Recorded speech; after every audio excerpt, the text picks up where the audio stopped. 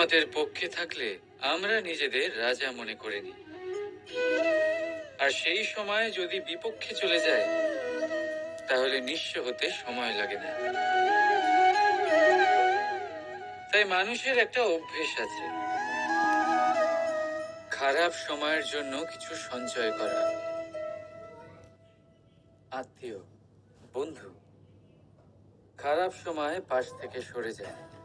যশ, মান প্রতিকূল সময় চিরস্থায়ী হয় না। তাই মানুষ মনে করে অর্থ সঞ্চয় করাই শ্রেয়। অর্থের কোনো হৃদয় নেই যা সময়ের সাথে পরিবর্তিত হবে। সংসার বলে সর্বদা অর্থ সঞ্চয় করতে থাকো, খারাপ সময় অবশ্যই কাজে লাগবে, কিন্তু আমি বলবো শুভ কর্ম করতে থাকুন, আনন্দে থাকুন, নিজের ওপর আর ঈশ্বরের ওপরে বিশ্বাস রাখুন।